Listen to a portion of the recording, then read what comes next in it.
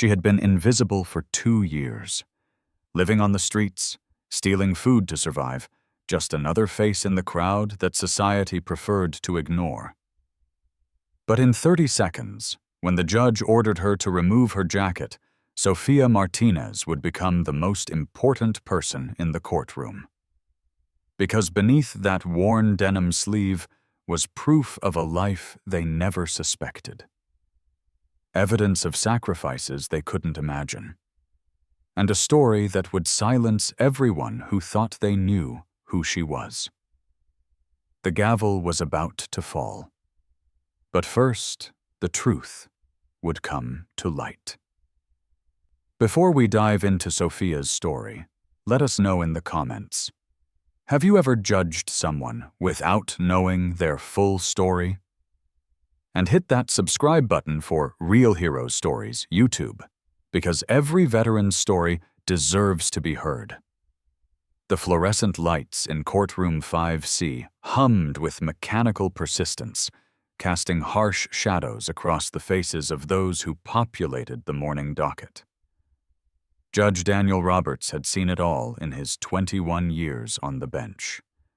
Drug dealers and petty thieves, domestic abusers and chronic offenders, the endless parade of society's forgotten, broken, and desperate. Sophia Martinez sat in the defendant's chair, her weathered hands folded in her lap. At 36, she looked a decade older. The streets had a way of aging people, marking them with lines that spoke of sleepless nights, inadequate shelter, and the constant stress of survival. To Assistant District Attorney Rebecca Thompson, Sophia was just another case file.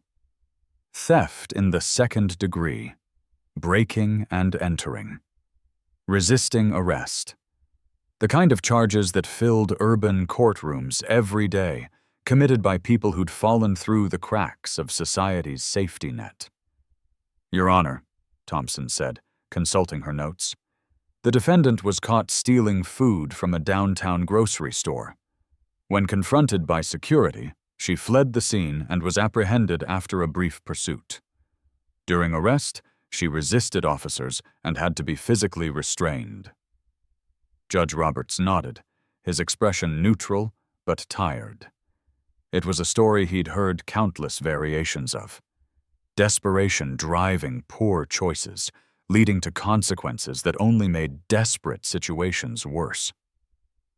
Ms. Martinez, Judge Roberts said, looking at the defendant. I see you're representing yourself today. Do you understand the charges against you? Sophia looked up, her dark eyes meeting the judge's gaze directly. There was something in her posture that didn't quite match her circumstances. A straightness to her spine, a discipline in her bearing that seemed at odds with the image of a street-hardened petty criminal. Yes, Your Honor, she replied, her voice clear and respectful. How do you plead to the charges of theft in the 2nd degree, breaking and entering, and resisting arrest? Sophia was silent for a moment. Judge Roberts could see the internal struggle playing out across her face, pride warring with pragmatism, truth fighting against expedience. Guilty, Your Honor. The plea wasn't unexpected, but something about the way she said it gave Judge Roberts pause. There was no defiance, no anger, no attempt to minimize or excuse. Just a simple acknowledgement of legal responsibility that spoke to a character depth he rarely encountered in his courtroom. Assistant District Attorney Thompson stepped forward. Your Honor, given the defendant's history of similar offenses and her current transient status, the state recommends 90 days in county jail, followed by 18 months probation. Judge Roberts frowned. The recommendation seemed harsh for what amounted to stealing food. But Sophia's record showed a pattern of petty crimes over the past 2 years. Nothing violent, nothing involving drugs or alcohol, but a consistent series of survival-driven offenses that painted a picture of someone living on society's margins. Ms. Martinez, Judge Roberts said, before I impose sentence, do you have anything you'd like to say to the court? Sophia shook her head almost imperceptibly. No, Your Honor. I take full responsibility for my actions. It was the response that legal advisors recommended. Accept responsibility. Show remorse. Hope for leniency. But Judge Roberts had developed an instinct for reading people over his years on the bench, and something about Sophia Martinez didn't fit the typical pattern. Her posture was too disciplined, her speech too precise, her bearing too confident despite her obviously desperate circumstances. There was a story here that the case file wasn't telling. Please stand for sentencing, Judge Roberts ordered. Sophia rose from her chair, and as she did, her oversized denim jacket shifted slightly. For just a moment, Judge Roberts caught a glimpse of something on her left forearm that made his breath catch in his throat. Ink. Detailed, precise ink that looked like military insignia. Judge Roberts had served as a captain in the Marine Corps early in his career, before law school. He knew military tattoos when he saw them, and what he'd glimpsed on Sophia's arm looked like the real thing. Professional work, not the crude prison tattoos or amateur ink he was accustomed to seeing in his courtroom. Ms. Martinez, Judge Roberts said slowly, would you please remove your jacket?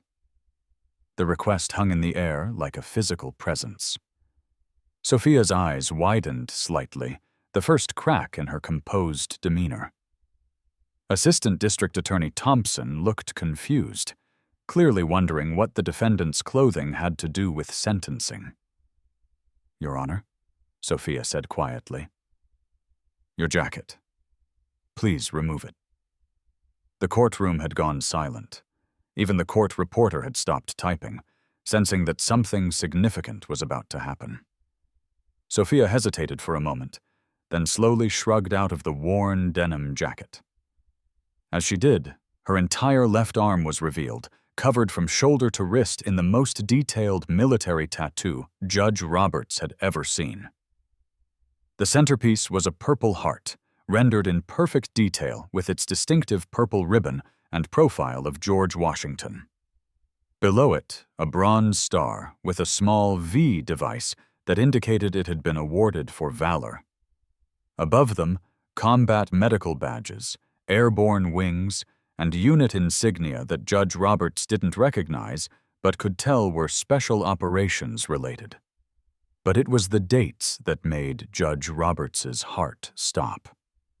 Afghanistan 2009 to 2011 and Iraq 2012-2014.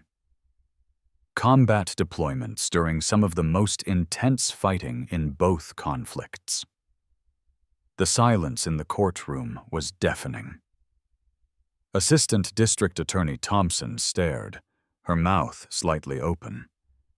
The bailiff, a retired police officer who'd seen everything, stood motionless. Even the few spectators in the gallery had stopped their quiet conversations. Judge Roberts felt his chest tighten. He'd grown up in a military family, had tremendous respect for those who served. The tattoos on Sophia's arm told the story of someone who'd not just served, but who'd been wounded in combat and recognized for heroism under fire. Ms. Martinez, Judge Roberts said, his voice barely above a whisper. Are you a veteran? Sophia nodded, her eyes now fixed on the floor. Yes, Your Honor. United States Army. 7 years active duty. What was your rank when you separated? Staff Sergeant, Your Honor. And your military occupational specialty? Sophia looked up, meeting Judge Roberts's gaze for the first time since removing her jacket. 68W Combat Medic. Judge Roberts felt like he'd been physically struck. Combat medics were among the most respected soldiers in the Army, the ones who ran toward danger when everyone else was seeking cover, who saved lives under fire and carried wounded soldiers to safety. The Purple Heart meant she'd been wounded in combat. The Bronze Star with V device meant she'd performed heroic acts under enemy fire. The Combat Medical Badge meant she'd provided medical treatment in active combat zones while under hostile fire. And she was standing in his courtroom, homeless and hungry, facing jail time for stealing food. "Ms. Martinez," Judge Roberts said, struggling to keep his voice steady, "how did you come to be in your current circumstances?" The question opened a floodgate that had been sealed for 2 years. Sophia's composure finally cracked, and Judge Roberts could see the pain that she'd been carrying like a physical weight. "Your Honor," she began, her voice shaking slightly, "I was medically retired from the Army in 2015. PTSD, traumatic brain injury from an IED blast, chronic pain from shrapnel wounds that couldn't be completely removed." She paused, gathering herself. "The VA gave me a disability rating and started me on medications. For a while, things were manageable. I had an apartment, was taking college courses on the GI Bill." Judge Roberts nodded encouragingly, understanding that this was probably the first time Sophia had told this story to anyone in authority. "But the nightmares got worse. The medication stopped working as effectively. I started drinking to sleep, then drinking to function during the day. Lost my apartment when I couldn't make rent. Dropped out of school when I stopped attending classes." The courtroom remained silent, everyone understanding they were witnessing something profound and heartbreaking. "I tried to get help from the VA," Sophia continued, "but there were waiting lists for everything. Mental health services, addiction treatment, housing assistance. I tried to find work, but employers were reluctant to hire someone with gaps in employment and visible psychological issues." Judge Roberts felt anger building in his chest, not at Sophia, but at a system that could send young people to war and then fail to provide adequate support when they came home damaged. "How long have you been homeless?" he asked gently. 2 years and 9 months, Sophia replied without hesitation. The precision of her answer suggested she'd been counting every day. "And the charges before the court today?" Sophia's military bearing reasserted itself. "Your Honor, I stole food because I was hungry. I broke into an abandoned building because I needed shelter. I resisted arrest because sometimes when I'm grabbed unexpectedly, I think I'm back in Kandahar and the person grabbing me is trying to kill me." The honesty was devastating. Judge Roberts could see Assistant District Attorney Thompson struggling with the implications of what she was hearing. The case she'd thought was a routine petty crime had just revealed itself to be something much more complex. "Ms. Martinez," Judge Roberts said, "where were you wounded?"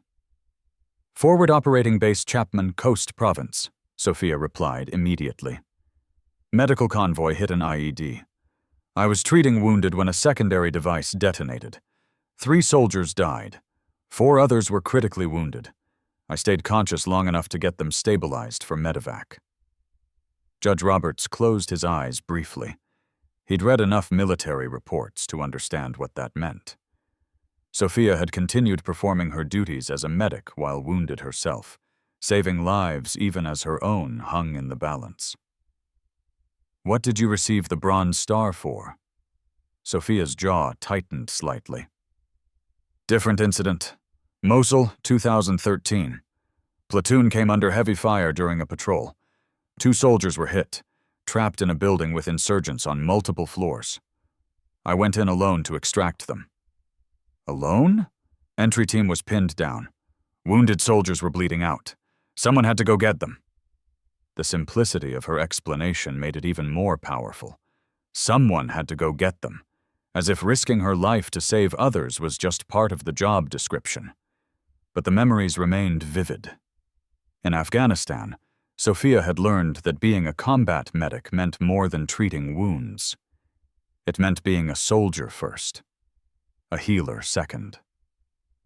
The day she earned her Purple Heart, the convoy had been traveling a route they'd used dozens of times before. Intelligence said it was clear. But in Afghanistan, intelligence was often wrong.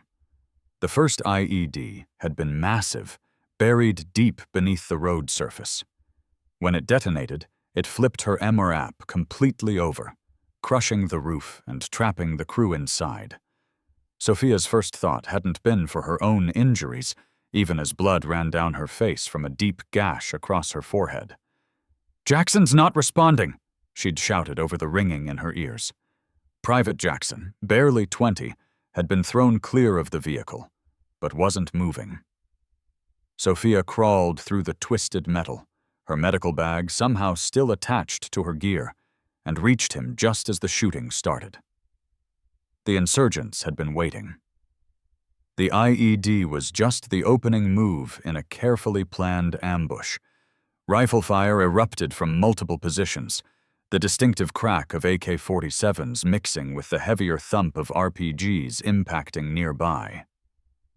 Sophia had worked on Jackson while bullets snapped overhead, her hands steady despite the chaos around her. Sucking chest wound, probable internal bleeding, blood pressure dropping fast. She'd sealed the chest wound with an improvised patch, started an IV, and called for immediate medevac while simultaneously returning fire with her sidearm. That's when the second IED had detonated. The secondary device had been smaller, but closer, designed to target the first responders who came to help after the initial attack. Sophia had been kneeling over Jackson when the blast wave threw her 20 feet, embedding shrapnel in her left shoulder and leg. But she'd kept working. Even as her own blood mixed with Jackson's, even as her vision blurred from blood loss and concussion, she'd continued treating the wounded. 3 other soldiers had been hit by the secondary blast, and Sophia had moved between them methodically, prioritizing based on severity of injuries rather than the pain of her own wounds.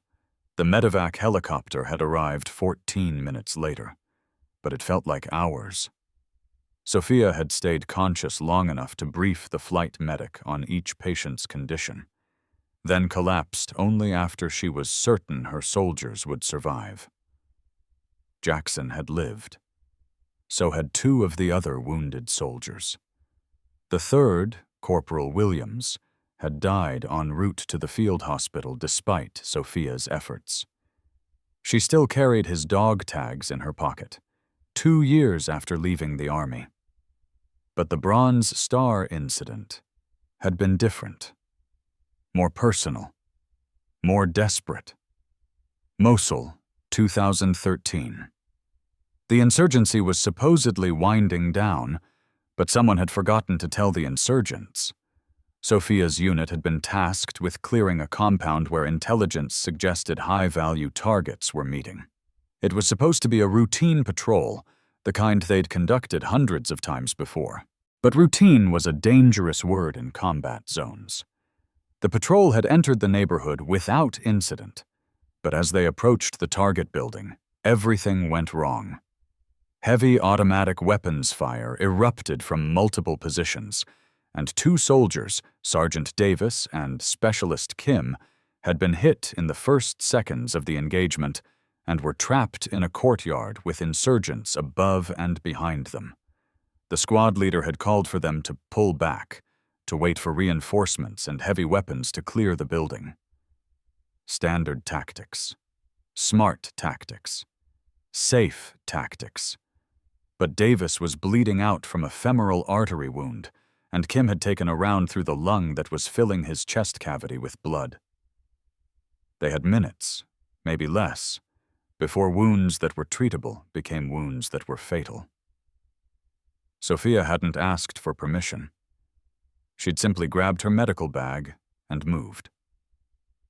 The building was 4 stories of concrete and steel, with multiple stairwells and dozens of rooms where enemy fighters could be hiding.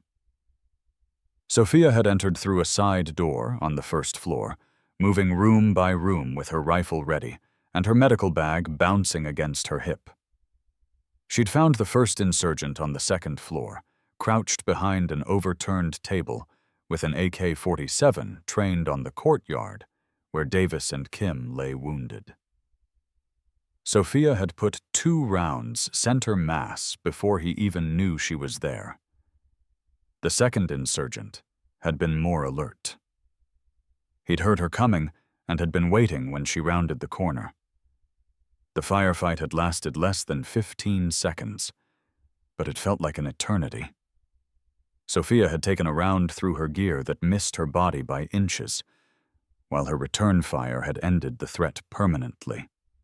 She'd found Davis and Kim exactly where the radio reports had said they'd be, both of them pale and going into shock from blood loss. Davis's femoral wound was spurting blood with each heartbeat, while Kim was struggling to breathe through a collapsed lung. Sophia had worked on them while sporadic gunfire continued to echo through the building. Pressure bandage and tourniquet for Davis, needle decompression for Kim's tension pneumothorax, IV fluids for both, all while listening for footsteps that might indicate more insurgents moving to flank her position. She'd gotten them stabilized enough to move, then had single-handedly carried each of them down 3 flights of stairs to where the rest of the squad could provide covering fire for the evacuation. Davis had needed emergency surgery, but survived. Kim had spent 3 weeks on a ventilator, but made a full recovery.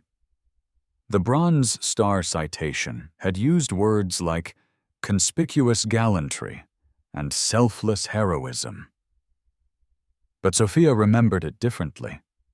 She remembered being scared, being tired, being angry that her soldiers were dying while she had the skills to save them. More than anything, she remembered the weight. Not the physical weight of carrying wounded soldiers, but the emotional weight of knowing that someone's son or daughter, someone's husband or father, was counting on her to make the right decisions under impossible circumstances. That weight had followed her home from every deployment. The knowledge that she'd held other people's lives in her hands, that split-second decisions had determined who went home and who didn't. Some people called it survivor's guilt. Sophia called it Wednesday. The transition to civilian life had been brutal.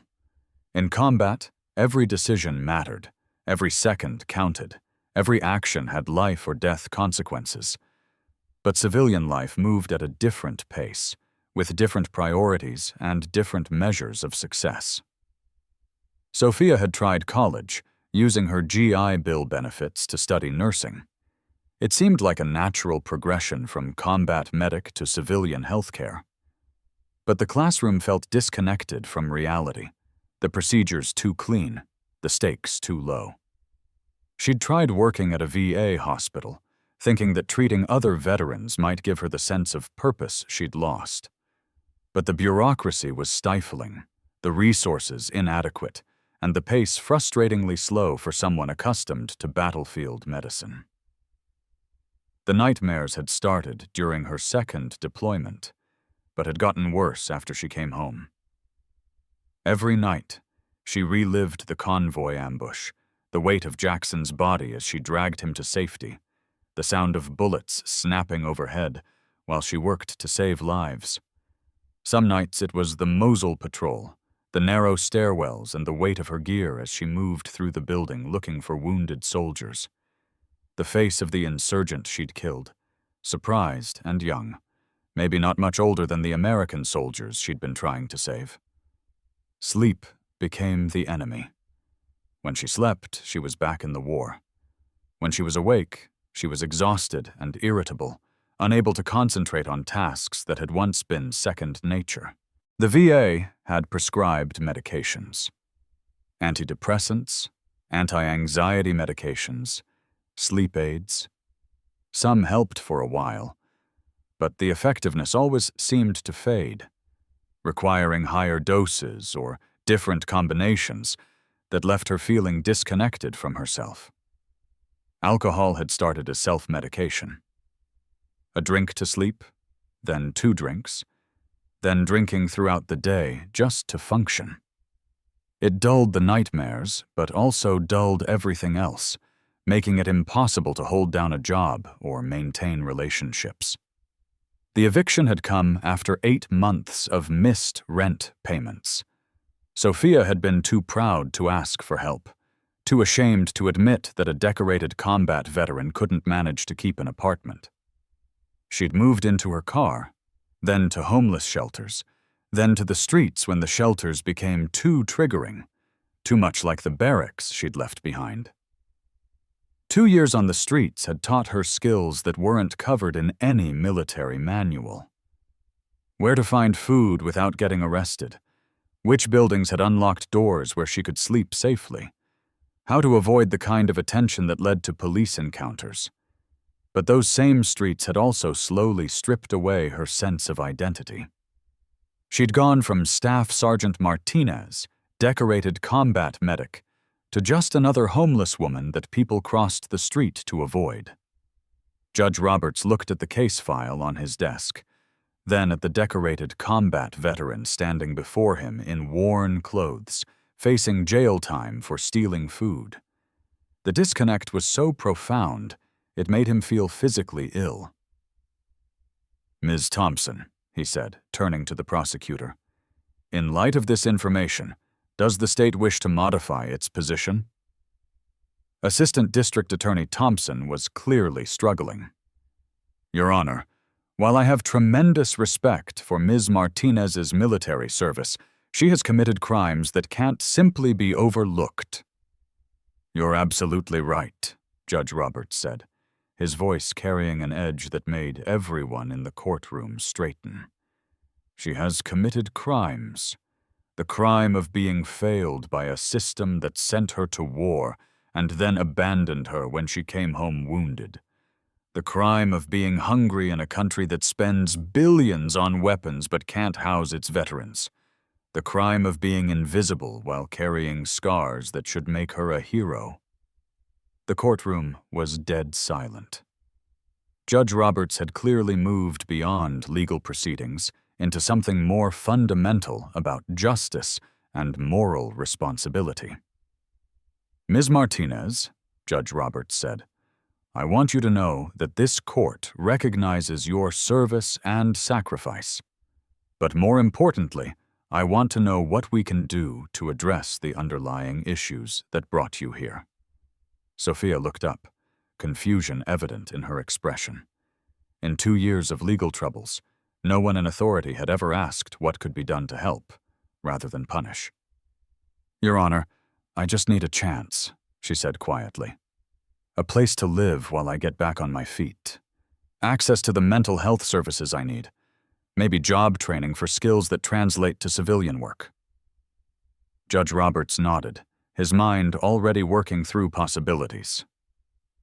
"Ms. Martinez, I'm going to do something unusual. I'm continuing this case for 60 days and ordering the County Veterans Services Coordinator to meet with you within 24 hours. He looked directly at Assistant District Attorney Thompson. "I'm also ordering that Ms. Martinez be immediately enrolled in the county's Veterans Treatment Court program, which focuses on rehabilitation rather than punishment." Judge Roberts's voice grew stronger as he continued. "Furthermore, I'm directing the County Housing Authority to provide Ms. Martinez with emergency housing pending her enrollment in permanent supportive housing for veterans." The transformation in the courtroom was palpable.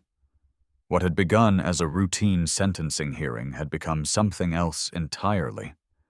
A recognition of service, an acknowledgement of systemic failure, and a commitment to do better. But Judge Roberts wasn't finished. "Ms. Martinez, I want you to understand something. Your service matters, your sacrifice matters, and your life matters. This court is not going to add to your burden by imposing additional punishment when what you need is support and recognition." As Judge Roberts spoke, something remarkable happened. In the gallery, An older man stood up. He wore a Korea War veteran's cap and moved slowly, but his intention was clear. Soon, other veterans in the courtroom followed suit. A woman who appeared to be from the Gulf War era. 2 men who could have been Vietnam veterans. They stood in silent tribute to one of their own, recognizing in Sophia's story echoes of their own struggles with coming home from war. Sophia looked around the courtroom, her eyes wide with disbelief. For 2 years, she'd been invisible, dismissed, ignored, but in this moment she was seen, recognized, honored. Judge Roberts felt tears in his eyes as he watched the spontaneous tribute. It was why he'd become a judge in the first place, for moments when the law could be used not just to punish wrongdoing, but to recognize humanity and promote healing. "Court is adjourned," Judge Roberts said quietly. "Ms. Martinez, please remain to meet with the Veterans Services Coordinator." As the courtroom slowly emptied, the veterans who'd stood in tribute approached Sophia.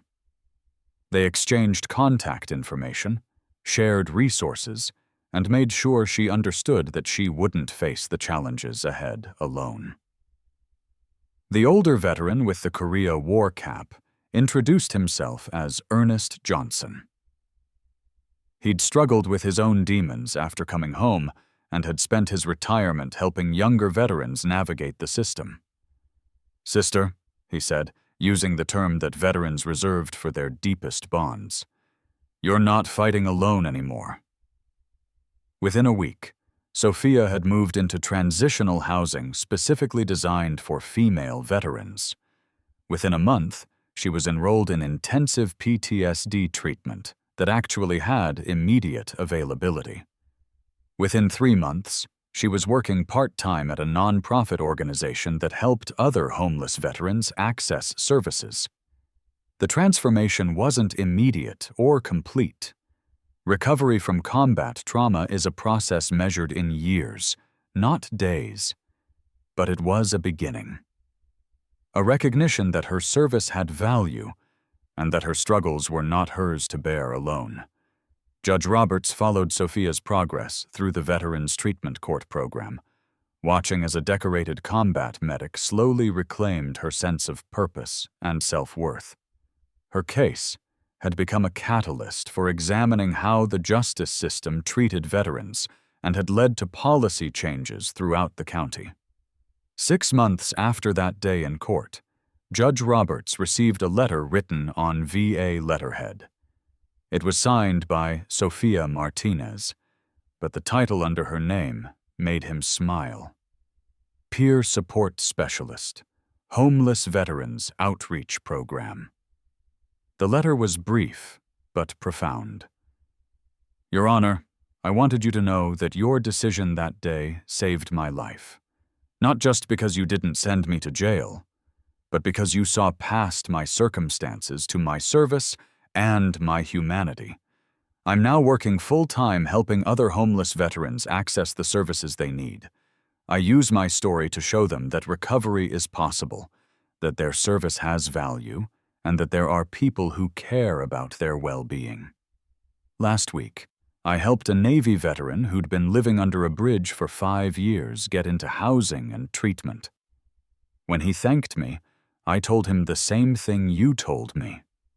His service matters, his sacrifice matters, and his life matters. The tattoos on my arm still tell the story of my service in Afghanistan and Iraq. But now they also tell the story of recovery, of a system that sometimes works the way it's supposed to, and of a judge who understood that justice is about more than punishment. Thank you for seeing me when I couldn't see myself. Respectfully, Sophia Martinez, Staff Sergeant, retired, U.S. Army. Judge Roberts kept that letter in his desk drawer, reading it whenever he needed a reminder of why he'd chosen law as a profession. It was proof that justice could be about more than following procedures. It could be about recognizing humanity and providing opportunities for redemption.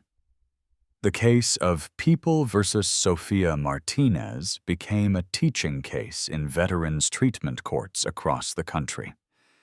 It demonstrated the importance of looking beyond surface charges to understand the complex factors that brought veterans into the justice system. More importantly, it showed how recognition, respect, and appropriate support could transform lives. Sophia's journey from combat medic to homeless veteran to peer support specialist wasn't unique in its challenges, but it was remarkable in its outcome. The peer support program had given her a purpose that felt familiar: taking care of soldiers. The venue was different, the threats were different, but the core mission was the same: help people survive, help them find their way home. Sophia's story reminds us that heroes walk among us every day, often invisible until someone takes the time to truly see them. If this story touched your heart, please hit that like button and subscribe to Real Heroes Stories YouTube for more powerful stories that honor those who served. Tell us in the comments, what city are you watching from today? And have you ever encountered a veteran whose service you didn't know about at first? Share your story below.